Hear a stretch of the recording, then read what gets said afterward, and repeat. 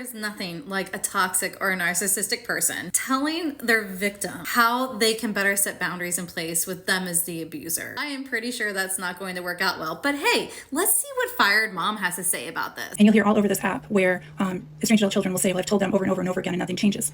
So I thought about my specific situation. And the first sit down that we had where he read over a whole page of grievances, I wish that he had given me that page after, where I could have taped it on my refrigerator and referred back to it.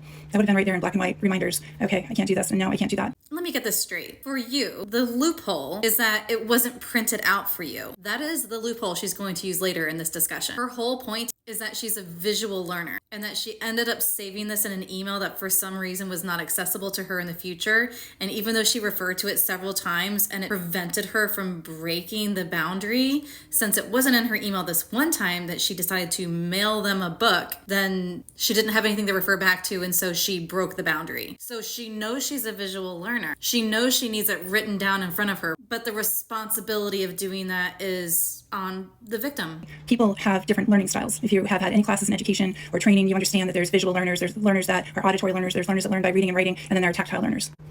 Adult children are trying to get a behavior to change in their parents. They are wanting them to learn a new way of communicating or learn a new way of being, and they keep telling them. But telling them is auditory. If they email them, then that's reading, but it's not the combination.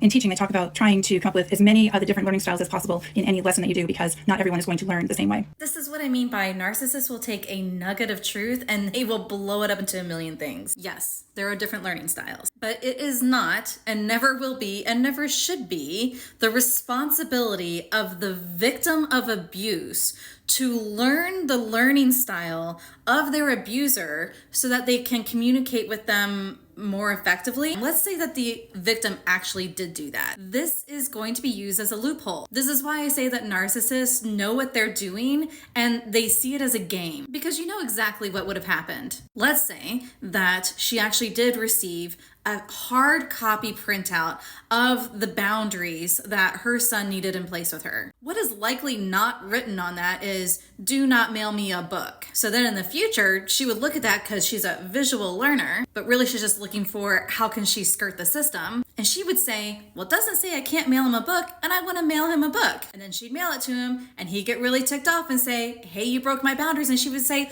what? It wasn't on your list. We all know that's how that would have gone down, right? Like, but let's see what else she has to say. And I know that when my son sent me his final no contact letter and said, if you reach out to me before I reach out to you again, you'll never hear from or see me or my family ever again.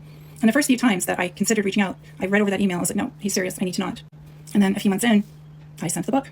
I went to go read the email, and guess what? The email wasn't there. I had put things in important folders on Gmail.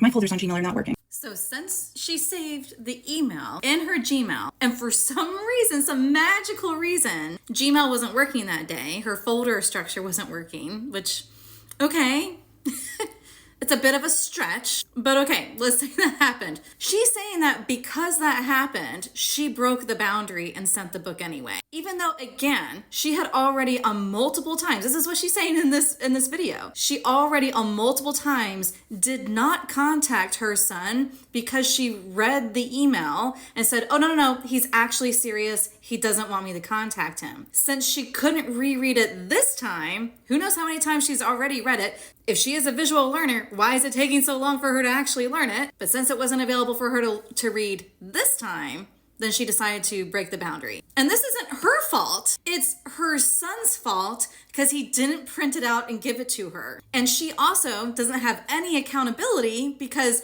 her email folder system totally went haywire. Even though, again, she's saying she knows she's a visual learner. And so you would think that at some point she just hit the print button and have it physically available to her at any time, put on her refrigerator even if she wants to. She cannot be held accountable for that. It's not her fault. It's the fault of her victim and the fault of technology, but definitely not her fault. So for everyone that says, we've told them over and over and over again, or I'm sure your kids told you over and over and over again, you're wanting people that are grown, matured, and have done things in a certain way for all their lives. You want them to learn a new way of doing things, perhaps adding some visual, auditory, tactile, and even kinesthetic learning modalities into teaching your parents what it is you need from them might be helpful. So yeah, she wraps it up with, It's your responsibility to make sure that your abusers in your life are bettering themselves, that you're communicating with them in the proper learning style. It's up to you as the victim to try to do the mental gymnastics to figure out how to communicate with them well. Victims of narcissistic abuse spend the bulk of their time doing mental gymnastics trying to figure out,